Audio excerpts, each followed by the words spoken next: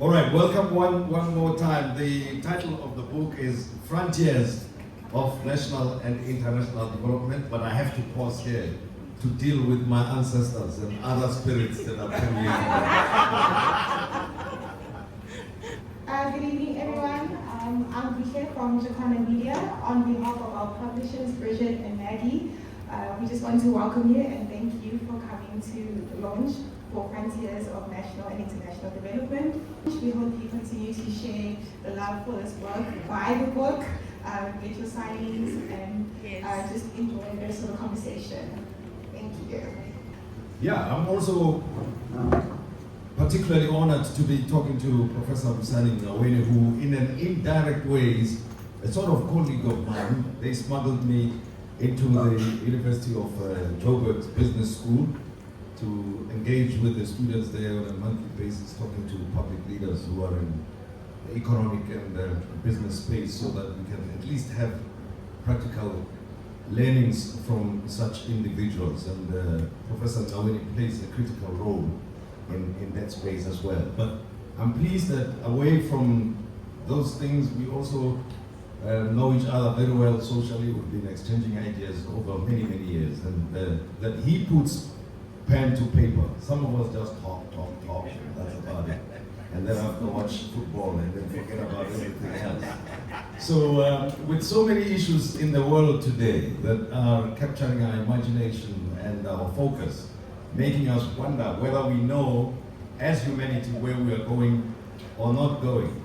We need intellectuals, academics, and practitioners like Professor Ngcaweni to help us find the way. As the title of the book speaks for itself, Frontiers of National and International Development. I like this title and what is contained in the book, because it's not a case of just reflecting on our internal affairs to the exclusion of what's going on in the globe, but also looking at the globe and its impact on what is going on here at home. So let me start right away, Professor Ngcaweni, with a quote from a colleague of yours who wrote the preface to the book and who says, "You are challenging us in this book, that you are making this proposition rather, that maybe it is because the underlying values are wrong, at least for the global south, because the focus of the book is predominantly more about the global south, right? But obviously the historical perspectives are useful here. You cannot exclude Europe and the Americas from the story." It says, "To govern effectively and to deliver prosperity, perhaps we need to articulate what our values are." It's a big statement there, and I'm aware that some of us throw the word around, say our values this, our values that. What did you have, or what do you have in mind when you make that proposition? Thank you, Pratim, and thanks to everybody for being here tonight.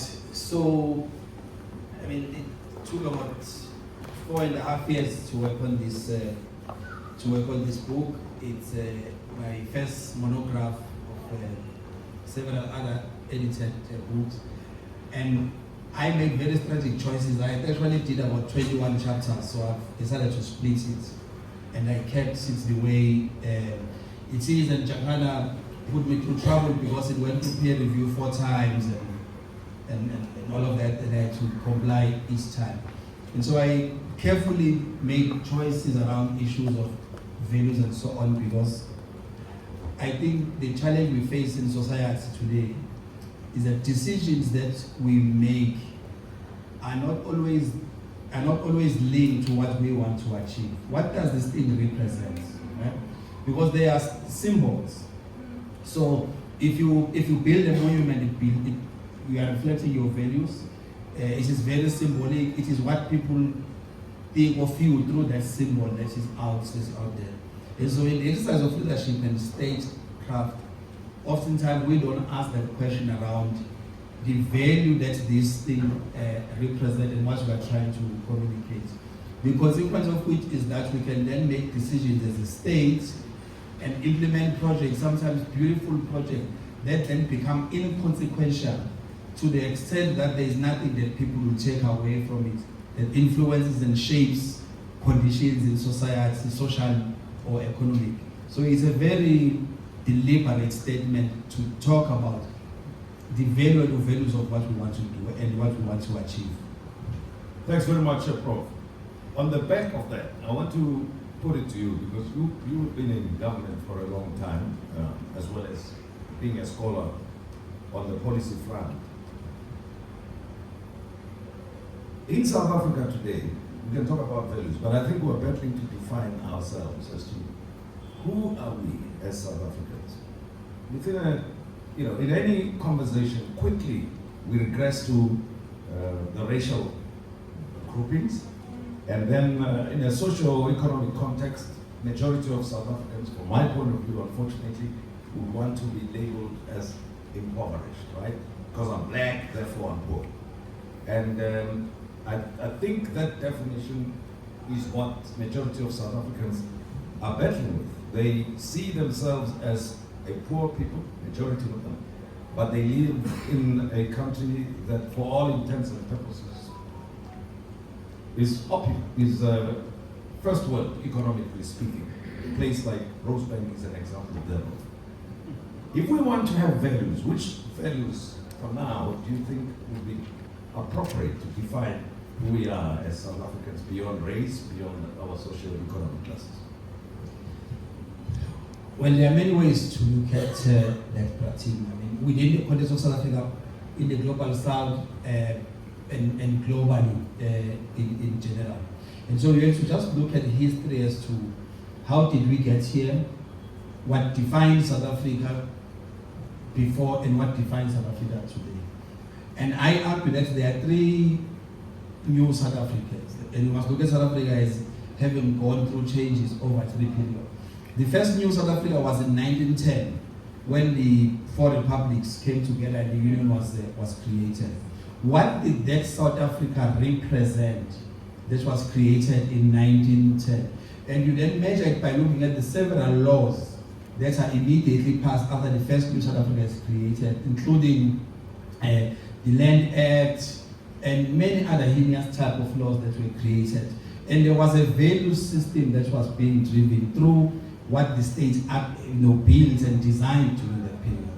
Then you jump to 1961 when the Republic is created, you exit the Commonwealth, and then the several laws that are implemented, including upper value education and everything else, was reflective of the values of the government of the time, up to a point where it ran a political system that was called the crime against humanity. Then you come to 1994, which represented a different type of a promise. That's a promise that you will unite the people, a promise that you will push frontiers of development, a promise that you will build an inclusive and fair society.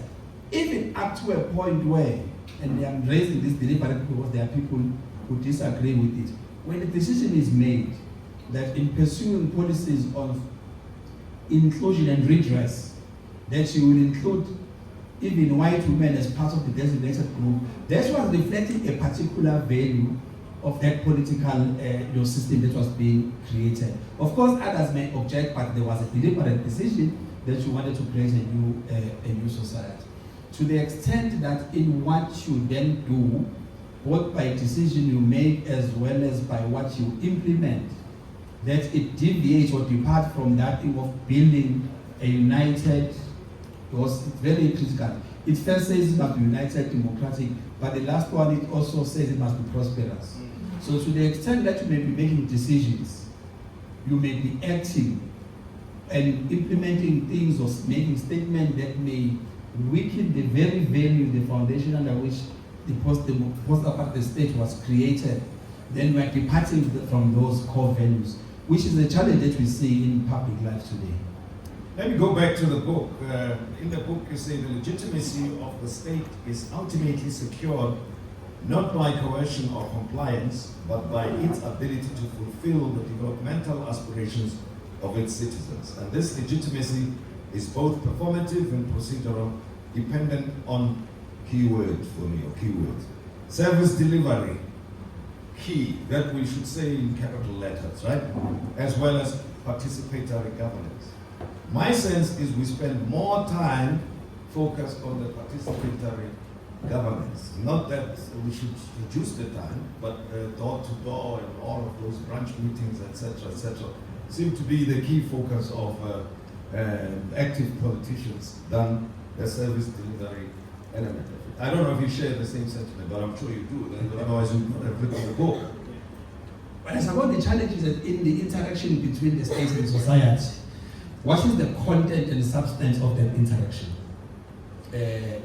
Interestingly, in Concord today, the case began where the Board of Healthcare Funders, medical aid people are challenging NHI, and they are challenging on the basis of whether or not the public participation was meaningful and substantive.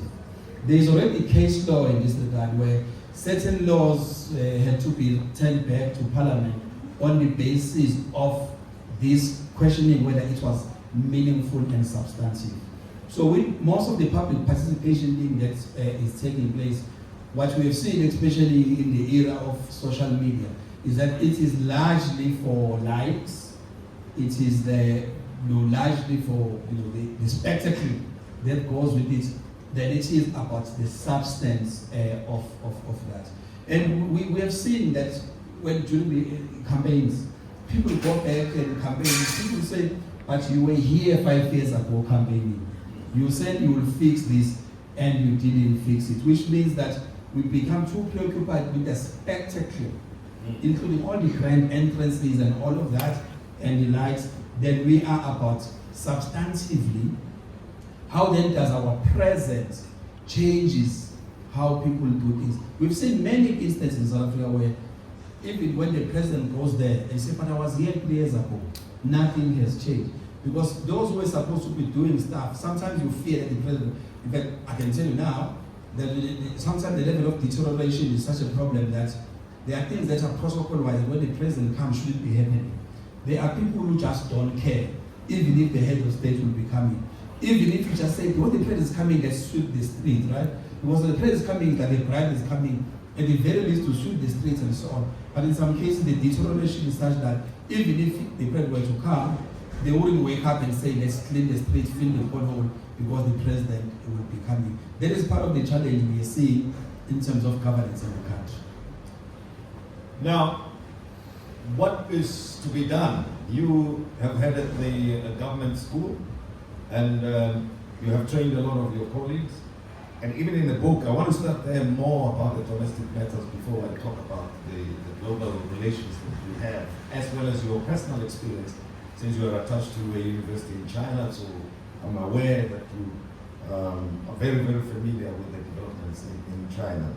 In South Africa, speaking from my own perspective, I must tell you, I was exceptionally optimistic in 1994. I thought we understand exactly what our problems are, and therefore we come into this democracy with a new approach, better value systems. Some of the elements you mentioned are in our constitution, but I must say that I did not think that we would let ourselves down to this extent.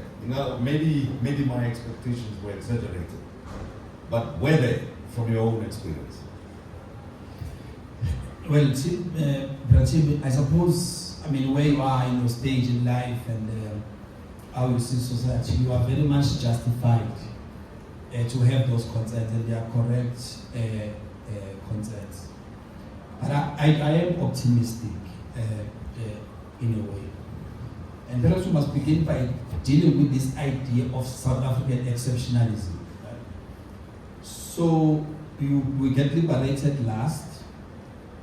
We have an experience of years, 8 years even, of living in democratic countries, in Zambia, Kenya was bad, and several other countries. And we have seen the rise and decline. We have seen some mistakes that have been committed, but we've also seen things that work. One thing about the liberation movement in exile, that it saw that work was building of an education system. There is no excuse, therefore, that you could see how an education system is built with all its limitations in Tanzania, in Zambia, and even in Zimbabwe to some extent, and elsewhere. and then return home and drive an education system that doesn't yield similar outcomes. When you've lived through it for 30 years, they remove people like my comrade 𝘍𝘳𝘯𝘢𝘵 there because and others, the 𝘍𝘳𝘚 𝐼𝑚, GDR, and they got this international exposure. Just within the continent itself, where the liberation movement had built some of these institutions, some worked, some didn't work. If you compare actually with the party leading the GNU today and what it saw in Tanzania and the party had an effect, except for in the last elections, the party remains intact and how they build the structures of the party there. Then it doesn't make sense some of the outcomes that we see, and it speaks to this idea of South African exceptionalism. To extend that we are exceptional because you saw what 𝑍𝑉𝑚 didn't do, you saw the mistakes being made by others, and you still continue to make those same, you make the same mistake. That's being exceptional, because the rational person will see that it is a mistake to drive at this speed if it is raining, because you may cause an accident, as was expected of a reasonable person, but you then go on to, it means there's something very exceptional about you. I mean, fundamentally, this idea of building a non-racial, non-sexist, democratic and prosperous society, if that becomes a running thread, a value across, it will question the decisions that we make at different levels, also even in corporate actually. Are the decisions we're making in corporate contributing towards this value system? Because this is a society that we envision. Of course, those in the public sector, they even carry a greater weight. But to go back to your question around whether or not people who are despondent are justified or not, I don't think they are irrational by being despondent. You've got to be disappointed if things don't work and do not work consistently over time. Because some of the problems we're experiencing are recurring. So they justified in a national mood that dampen the spirit of people because these things are recurring, they are no longer outliers. In some instances, they've become permanent part of the system. Yeah, in fact, they're becoming almost like the norm now, the new way of doing things, I would argue, in South Africa. In the book, you do suggest ideas on effective leadership and capable bureaucracies, right? You propose rebuilding South Africa's democracy through civic traditions and building effective governance and leadership ethos in South Africa.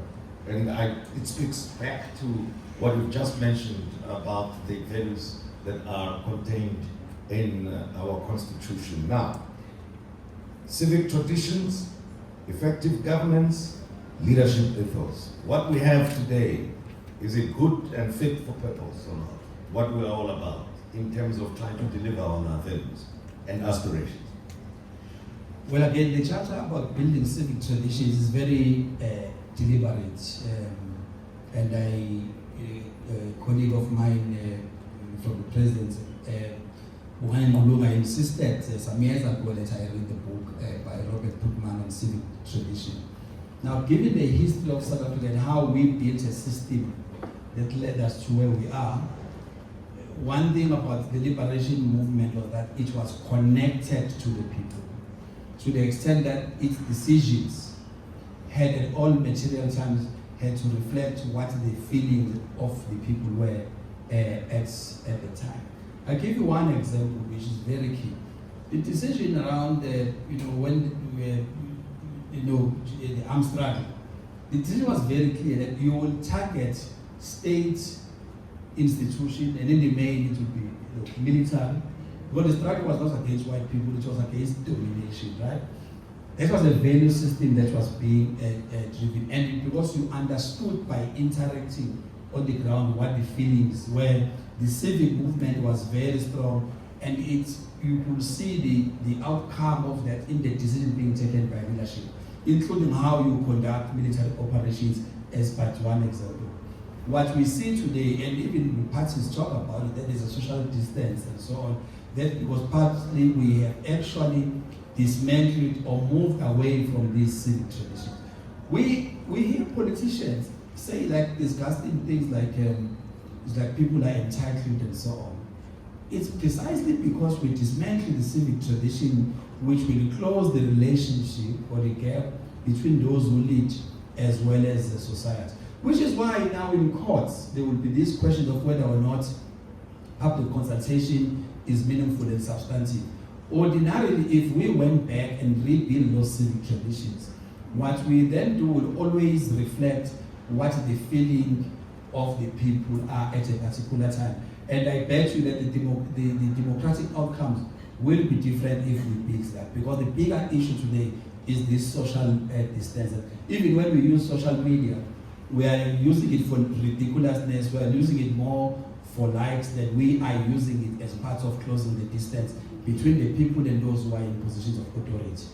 I will come back to the question of ethos later on, but I also want to remind members of the audience that talking about participatory engagement, we are not going to let go of the opportunity to experience the same here. I'm going to give you an opportunity to ask questions, to engage Professor Ngcaweni. Title of the book is Frontiers of National and International Development. And against that, let me go to something that we're very much excited about in South Africa, BRICS. Whenever we have a problem, I've heard some of my friends during social gatherings saying, no, Americans or the EU can go to hell. We've got BRICS after all. We'll sort out our problems. Petrol price has gone up and we do have economic hardships and very slow, or in some instances non-existent economic growth. But the optimistic talk is that as long as we've got BRICS, we are sorted. What's your experience since the inception and our membership of BRICS? Just compare the BRICS situation to our long-standing relationship as South Africa with UK and the EU, for instance, and to some extent as troubled as it is with the United States. Well, I love BRICS. I've spent time on the BRICS subject, I've participated and I've written about it. We must be hopeful about BRICS, and there's a few reasons why I say so. One of the things BRICS has shown is that over the 15 years of its existence, is that BRICS has shown that it is possible to build alternative platforms and meticulously manage contradictions. There are contradictions in BRICS. I tell you, if you look at the trade staff, the guys who work on trade, they will tell you that us selling wine in Brazil is limited. South African wine in Brazil operates in a limited space because Brazil is protecting Mercosur, Argentina, Chile, and others, right? But our relationship with Brazil thrives regardless of that. And we don't say we're not going to BRICS in Brazil, we are processing because they must open up the market for wine and so on. There's a management of contradictions. There's been changes of governments in many of the BRICS countries, but they still go, right? In all the contradictions between India and China, they agree on the BRICS agenda, right? In spite of the contradiction that exists there, including throwing bombs at each other every second month and so on. But BRICS has survived. So what does it mean? It means there is hope that just as we can do at that level of BRICS, there is hope that even amongst ourselves we can manage our contradictions. Because if China and India are able, in spite of all their contradictions, by the way, there is a problem even of tourism there between the two countries. There's very few Chinese there. It's very difficult to get a visa between the two and so on. Yet at BRICS they participate and they sustain, and it has not been broken. You remember that guy, Trump's friend in Brazil, who became president. I mean, he became a little bit muted when he was president of Brazil, but he didn't break away. It's only this fellow, the guitarist of Argentina, who pulled out. So that's really about the management of these contradictions. My anxiety about BRICS is the fact that we have built an institution called the BRICS Bank. It is resilient, it is making an impact, and I look at the numbers. I know the people there, even including the former president who's the head of BRICS. I've spent a lot of time with them. The challenge we have is how does BRICS replicate that? Build more institutions. Some of them that do more than just the bank and so on. I worry that there is no permanent institutions being built to sustain the BRICS, the BRICS platform beyond just the bank itself. And we have proven that it is possible. There's many developing countries who are getting finance very favorably from the BRICS Bank who didn't get that finance before. So we are sure that it is possible to build alternatives based on common values and common interests, manage the intercontradiction that exists. And if it can happen at that level, the question is, why can't we replicate the same even domestically and resolve our contradictions so that we can take national development forward? I'm again going to ask you on the basis of your involvement and familiarity with the issues in China, and many of us here at home, and BRICS gives us an advantage.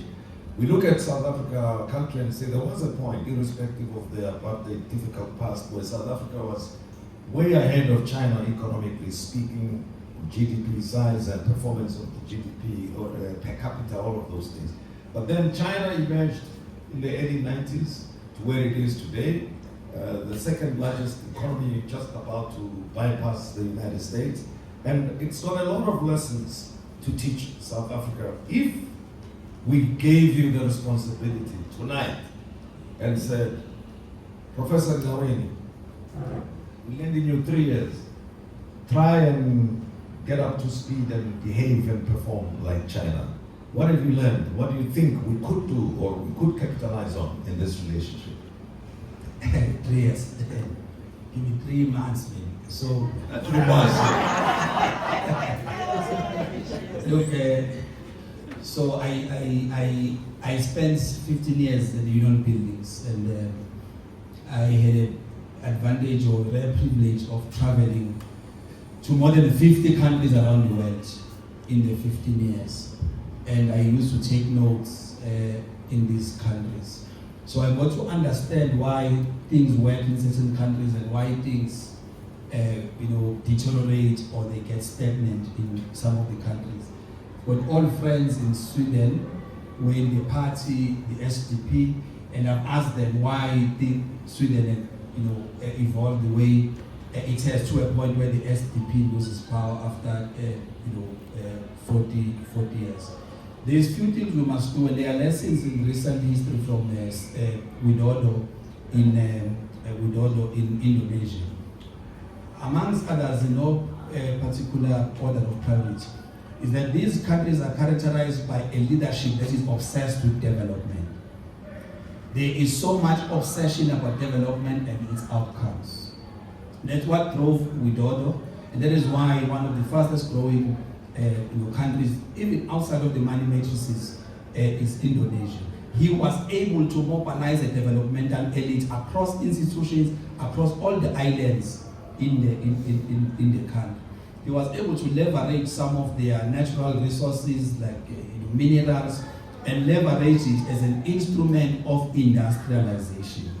He was able to reform institutions to undo what scholar 𝘉𝐸𝐴𝐻𝐵 of India says institutions are locked in place, as is the case with South African institutions, where they are not in motion, they are not progressing, they are not innovating, they are not delivering the development outcomes. So there's one of the things that I've seen, including in Vietnam today, which is one of the fastest growing, that in Vietnam, besides the fact that the society has been transforming, you now have an elite that is in the party, in the Communist Party, that is extremely obsessed with development.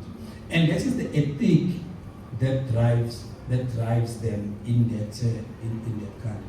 And secondly is pragmatism in these countries. So I spent a lot of time in China, I came back for this book, I must go there because I have commitments there for a month. One thing that you see there is the level of pragmatism, right? But this is a developmental elite that is extremely pragmatist. And I'll give you an example of what I mean by it. Number one, in South Africa at some point we thought we must democratize economic policy making, right? So there's a proliferation of departments in the economic cluster, and the consequence of it becomes unwieldy and difficult to coordinate it. We then say, no, we must be democratic. We must have special economic zones, 2 per province, right? None of these countries did that. Their pragmatism told them that you prioritize and sequence. Right? You prioritize and sequence instead of trying a wall-to-wall thing. because you raise expectation that you can't do it. So it's an SZ where the only people who work there is the 5 people who are employed. And you know that there will be no endowments available in the space that can be used. They're not in the transport corridor or anything of that sort. So pragmatism is one thing that is characterizing these leaders I've seen, including some of them in the Middle East.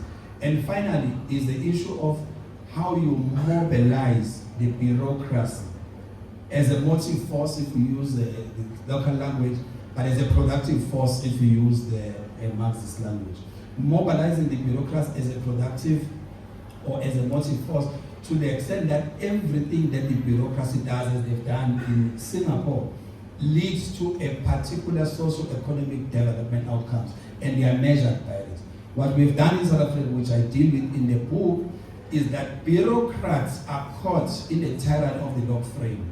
That all you must think about is indicate technical descriptors and this type of stuff and getting a clean audit, which has no socio-economic consequence. Of course, I'm not saying we must depart from that. The AG is a good friend of mine. We must do that, but the point is that the metric for measuring must change, because many people, when I was a DG, of course, were to be measured by money and people were trained by the energy. But in my previous life, how then do you get measured?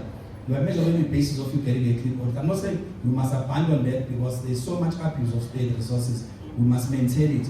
But what I will do, if you gave me 3 months, is to change the orientation of the bureaucracy, where there will be consequences for poor development outcomes and of course for problems of mismanagement of resources.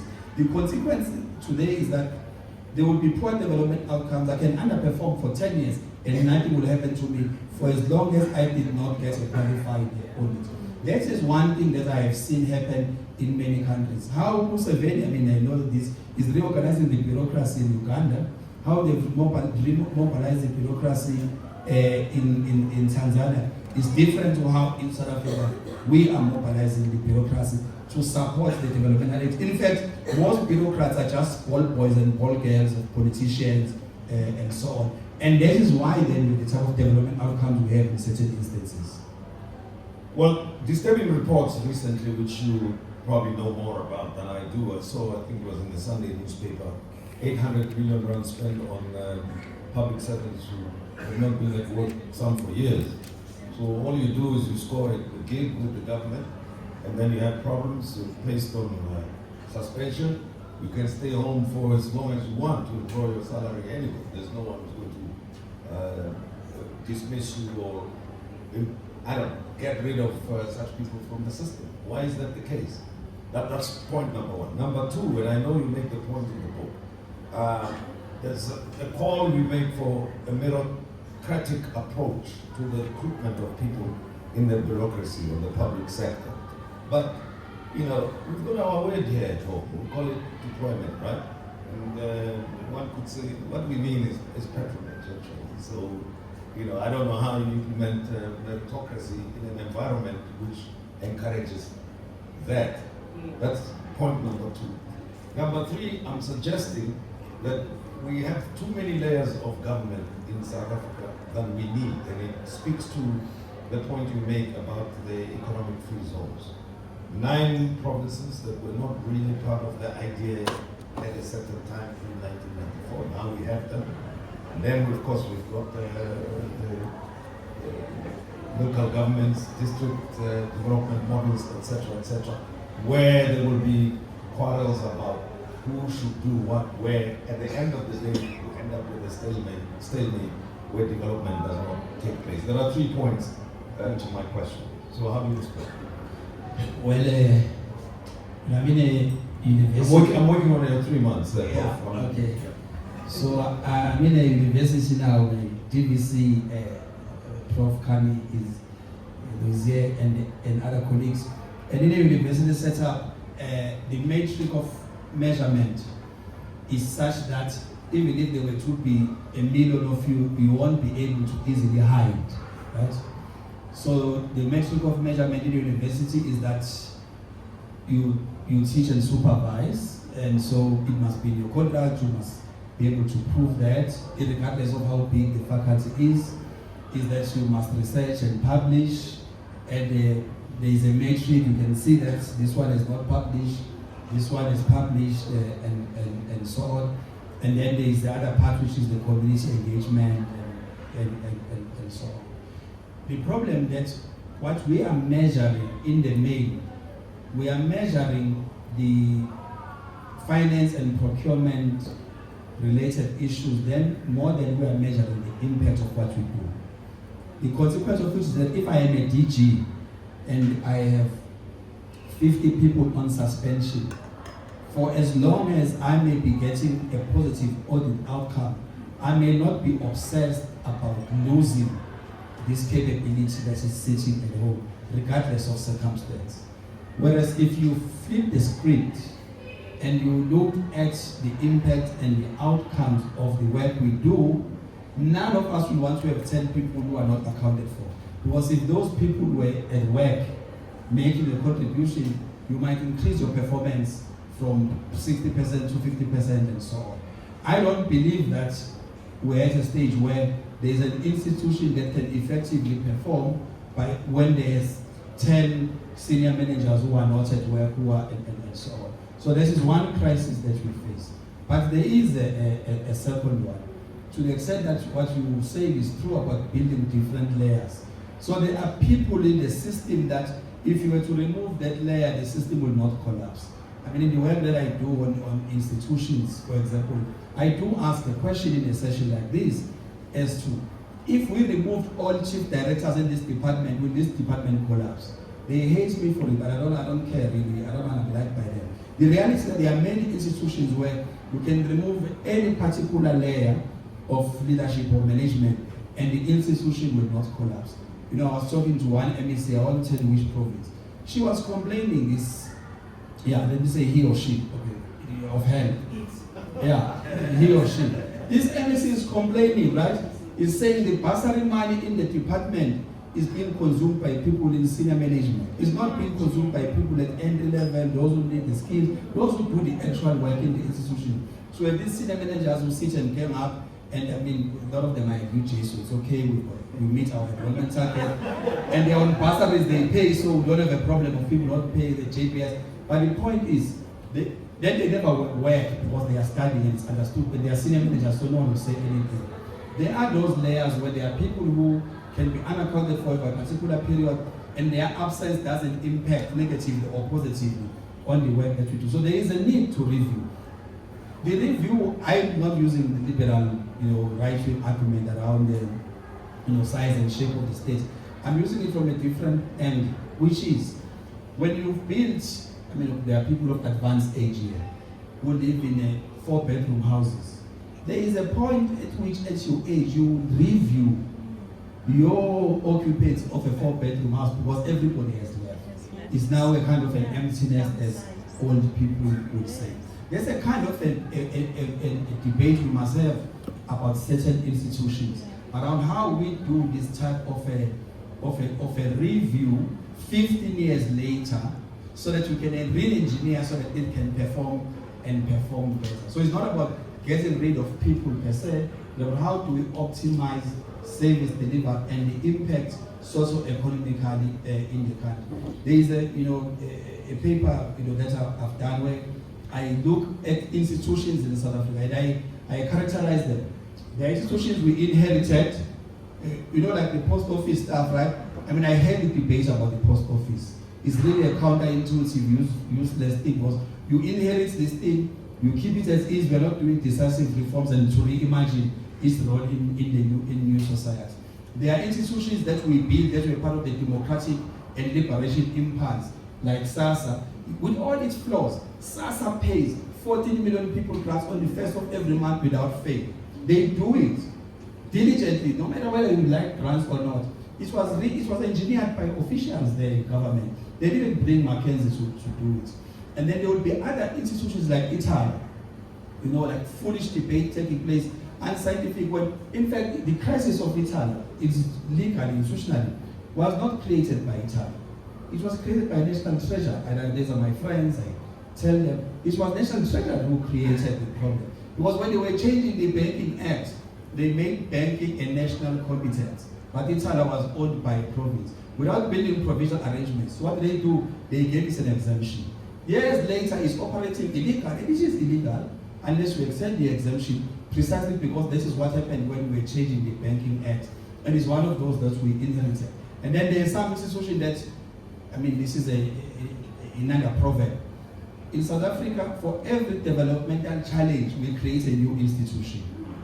The consequence of which was that when we did a SOE review through HSRC, President Zuma commissioned it a couple of years ago, there were 721 SOEs. Today, we have added more, and every day we're adding more. There were 721. 721 at the time. I think we've added about 20 new, including the ones at local government level. Whereas the country we're referring to, in China, they have 380,000 SOEs. Every year, they close or match a minimum of 20.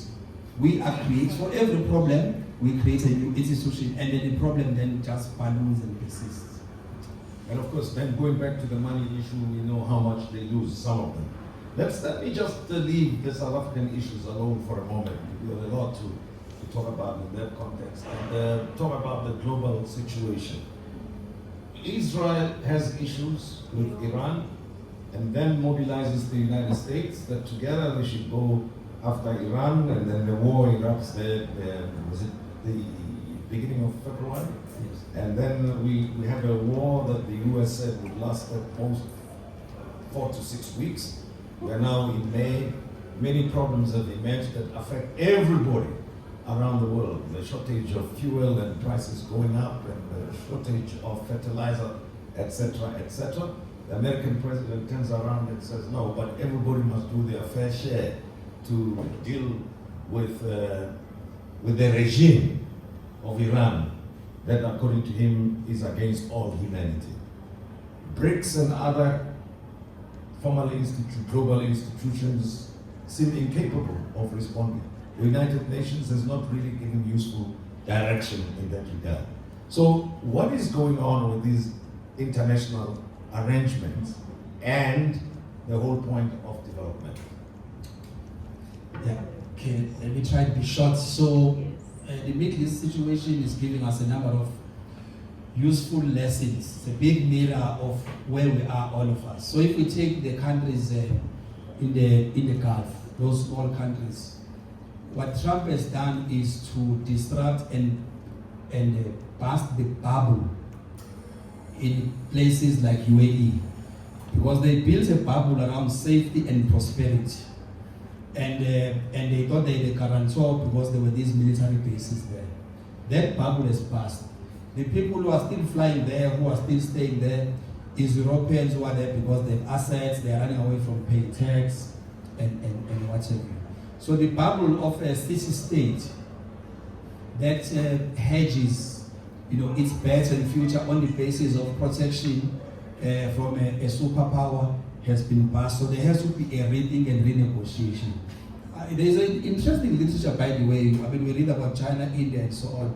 There's interesting things happening in the GCC states, in the Gulf states, that we must talk about when we deal with issues, frontiers of development, and how over the past 7 years, they have been changing the model of growth away from oil. They've been de-risking, building new frontiers of development, including in UAE and so on. In fact, one of the things they did even in Saudi, which was a theo state, is that they removed all members of the royal family from leading the state, right? So if their deployment arrangement was family members, brothers and sisters and cousins, they have removed them. So they are professionalizing the bureaucracy in these countries. I spent time in these countries with the leaders of the bureaucracies there. That is what they are, which is key. And so you see different development outcomes, innovation, and trying to reduce their dependence. But of course, they still have a superpower with those bases, and now that bubble has passed. Secondly, these things are telling us that what we have seen is that if you invest in building capabilities as a country, even under sanctions, you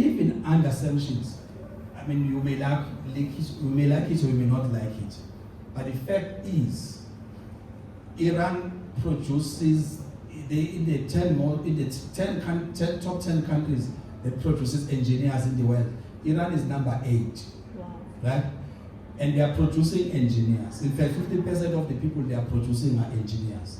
Now it shows that they've been able in this asymmetric conflict to show some degree of resilience and so on. You may not like it, but the fact is that we now know that they've got missiles and that they can be able to do what no other country has done where America has been aggressive. So there is a lesson from it, even from ourselves here. We can't push frontiers of development through max literacy, right? Like we can't do that. We can't push frontiers of development. If 40% of students in the TVET college are doing something NCV, funded by NSFAS, NCV is what? You are repeating grade 10, 11, and 12, and they are funded with accommodations, transport, and everything else. We're not going to make an advance in that. We've got to invest in what matters for industrialization, and it will show eventually in the mainstream of the economy.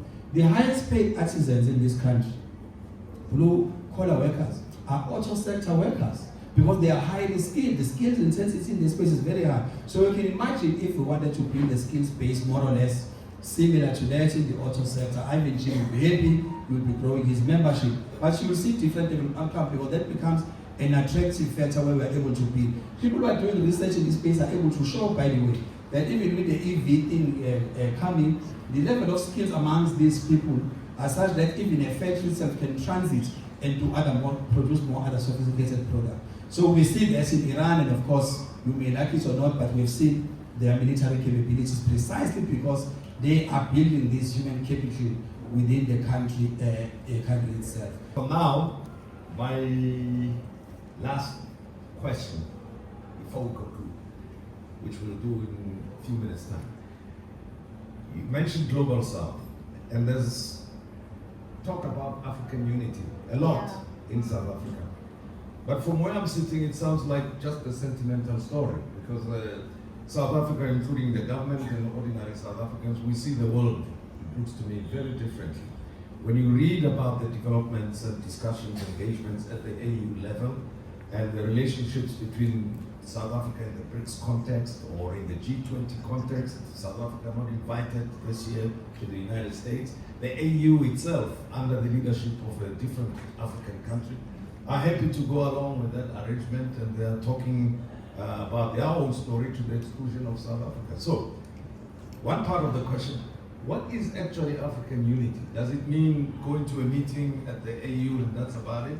And number two, what are common African interests? And if they exist, why is it difficult to work in concert to achieve those objectives? I know there's the African Free Trade Agreement and so on, and it was agreed to 2-3 years ago.